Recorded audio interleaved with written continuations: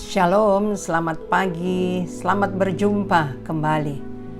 Renungan hari ini, hari Sabtu tanggal 1 Agustus 2020, terdapat di dalam Mazmur pasalnya yang ke-27. Saya akan baca mulai dari ayat yang pertama sampai ayatnya yang keempat. Aman dalam perlindungan Allah, dari Daud. Tuhan adalah terangku dan keselamatanku. Kepada siapakah aku harus takut? Tuhan adalah benteng hidupku. Terhadap siapakah aku harus gemetar? Ketika penjahat-penjahat menyerang aku untuk memakan dagingku, yakni semua lawanku dan musuhku, mereka sendirilah yang tergelincir dan jatuh. Sekalipun tentara berkemah mengepung aku, tidak takut hatiku. Sekalipun timbul peperangan melawan aku, dalam hal itu pun aku tetap percaya. Satu hal telah kuminta kepada Tuhan, itulah yang kuingini, diam di rumah Tuhan seumur hidupku, menyaksikan kemurahan Tuhan dan menikmati bait-Nya. Puji Tuhan. Dalam ayat yang keempat, Daud katakan, satu hal telah kuminta kepada Tuhan. Itulah yang kuingini, diam di rumah Tuhan seumur hidupku, menyaksikan kemurahan Tuhan dan menikmati bait-Nya. Kita lihat bahwa Daud, walaupun dia seorang raja, tapi dia benar-benar mengandalkan Tuhan. Sehingga Daud katakan, satu hal telah kuminta. Jadi yang dia telah minta kepada Tuhan, yang dia inginkan, yang dia ingini, itu bukan satu kehormatan. Atau yang dia inginkan, dia sebagai pemimpin yang ditakuti, disegani. Tapi Daud katakan, justru yang dia ingini, diam di rumah Tuhan. Untuk apa? Seumur hidup.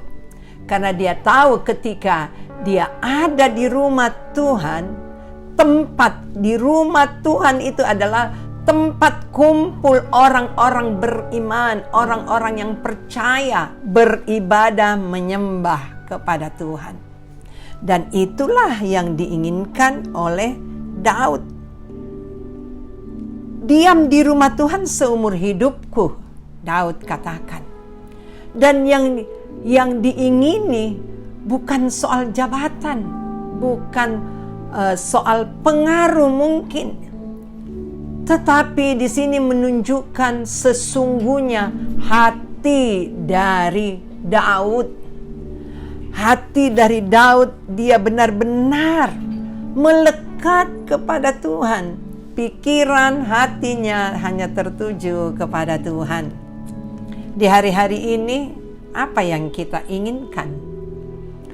Ada orang yang menginginkan mungkin jabatan. Ada orang yang menginginkan mungkin sebuah rumah.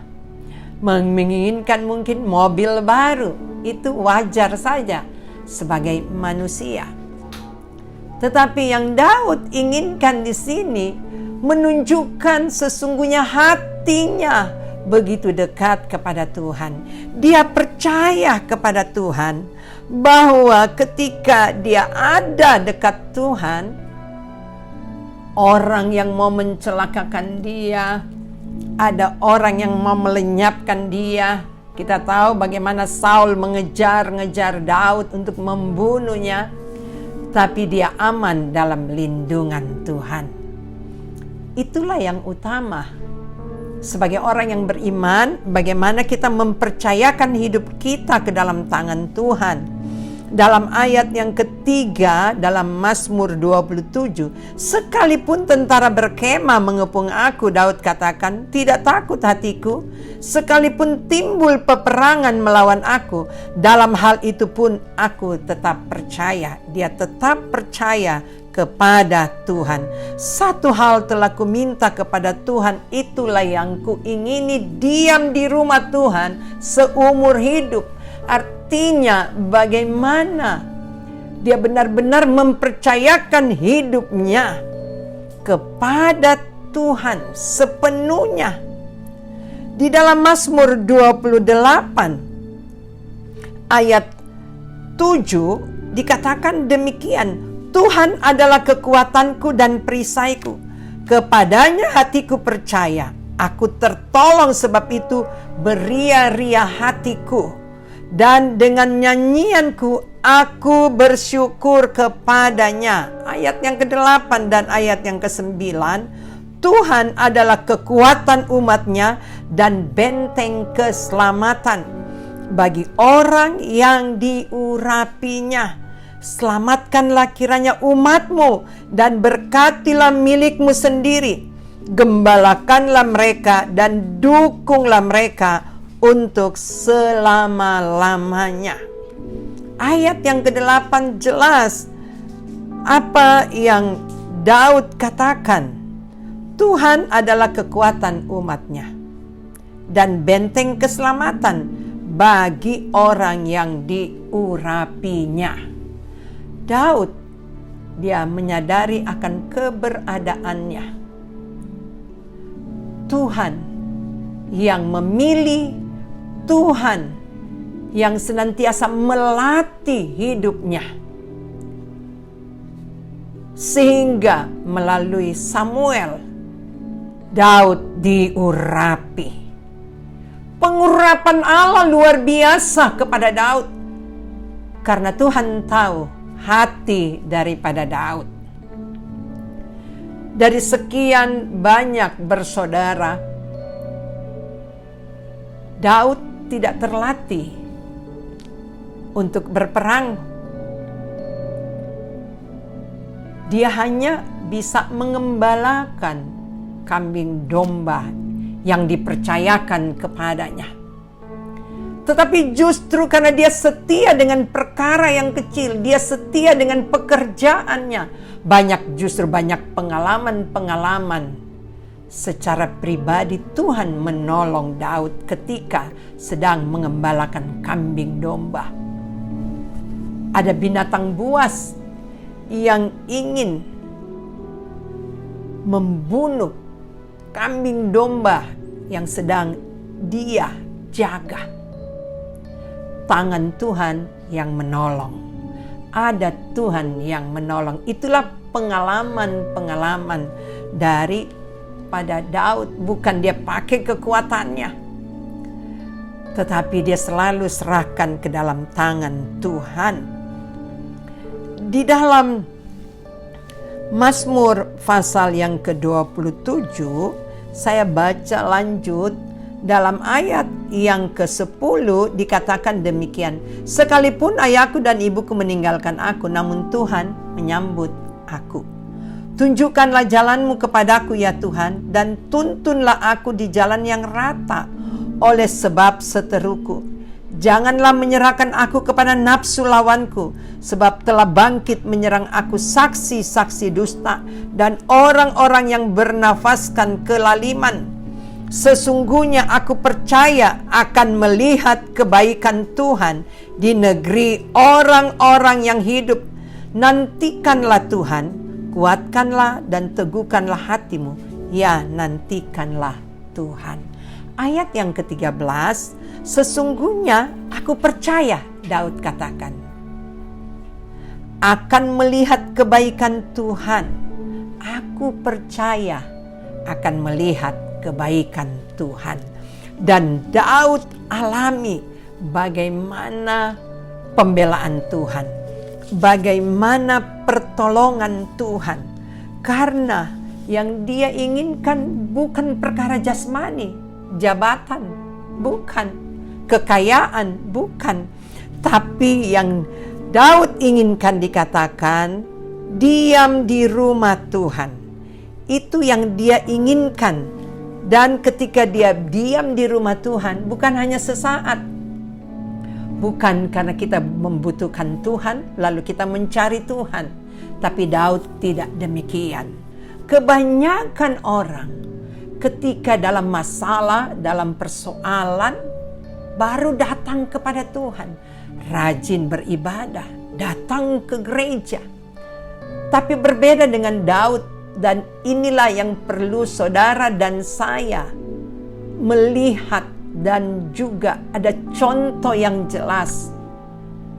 Ketika saudara dan saya melekat kepada Tuhan dan selalu punya kerinduan, pikiran hati kita selalu kepada Tuhan, maka jangan kita takut, kita tidak perlu khawatir.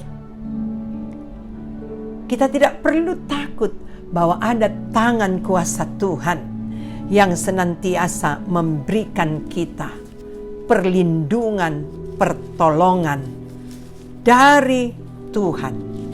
Puji Tuhan, biarlah renungan firman Allah pada hari ini, di hari yang baru ini, benar-benar memberikan satu pencerahan bagi kita, bahwa kita tetap melekat kepada Tuhan.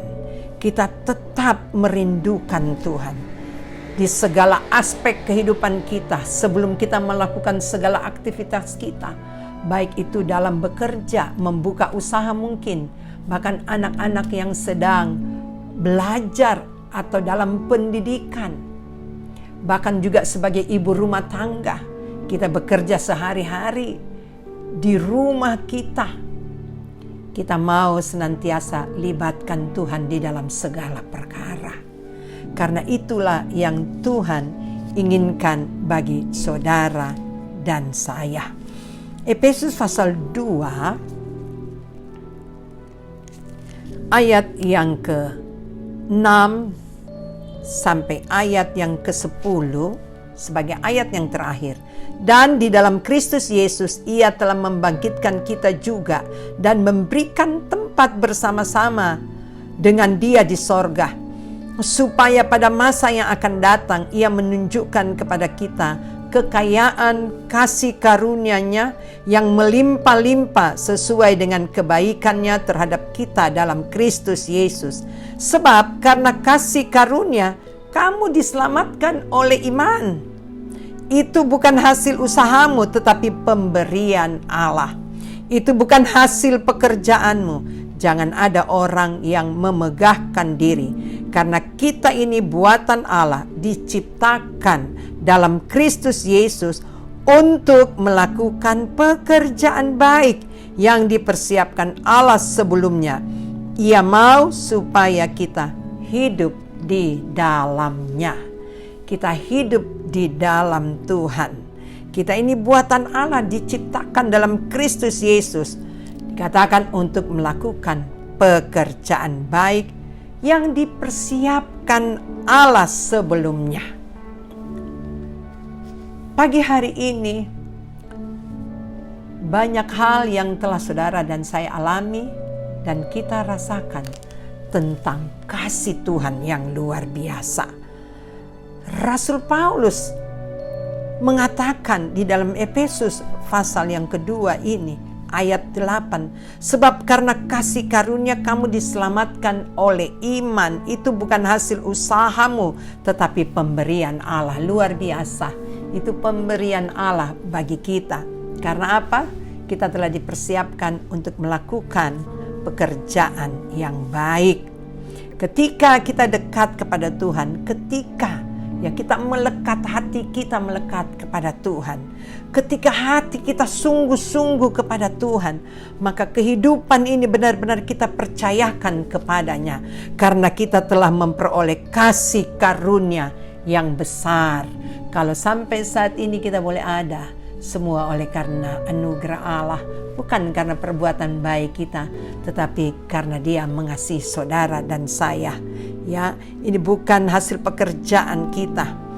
Sebab itu kita tidak perlu memegahkan diri, karena Allah yang telah memilih saudara dan saya untuk melakukan pekerjaan yang baik. Biarlah hati kita selalu melekat kepada Tuhan, sehingga hati kita senantiasa berpaut hanya kepada Tuhan. Puji Tuhan. Kita akan berdoa bersama-sama. Segala puji, hormat, dan syukur kami persembahkan kepadamu ya Tuhan. Renungan firman Allah pagi hari ini mengingatkan kepada kami semuanya bagaimana sesungguhnya kami harus hidup. Bagaimana sesungguhnya kami menginginkan untuk melekat kepadamu, diam di rumah-Mu, ya Tuhan, menyaksikan kebaikan-Mu, kemurahan-Mu yang besar. Karena kami hanya hidup oleh karena anugerah-Mu. Kami hidup oleh karena kasih karunia-Mu, ya Tuhan. Sehingga kami dapat melakukan perbuatan-perbuatan baik, ya Tuhan. Karena itulah yang Engkau inginkan bagi kami semuanya. Biarlah di hari yang baru ini, Tuhan, kami percayakan hidup ini ke dalam tangan kuasa-Mu. Kalau ada hal-hal yang mengganggu hidup kami, ya Tuhan, kami tidak perlu takut khawatir. Karena ada tangan kasih Tuhan yang memegang, yang memberikan perlindungan kepada kami. Sebab itu setiap saat, setiap waktu, kemurahan-Mu besar di dalam hidup kami. Apapun yang kami buat dan kami kerjakan, kami lakukan, ya Tuhan, semua kami dasarkan oleh karena kasih Yesus Kristus di dalam hidup kami. Engkau yang memberkati kami semua, memberkati di hari yang baru ini, ya Tuhan, di dalam usaha, dalam pekerjaan, dalam pendidikan anak-anak-Mu. Engkau buat mereka semua berhasil. Allah Roh Kudus yang memberikan perlindungan, pertolongan kepada kami semuanya. Nama Allah yang diagungkan, nama Allah yang kami puji, kami sembah.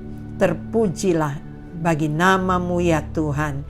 Di dalam nama Tuhan Yesus Kristus, kami memasuki hari yang baru bersama-sama dengan Engkau. Haleluya, haleluya, amin. Puji Tuhan.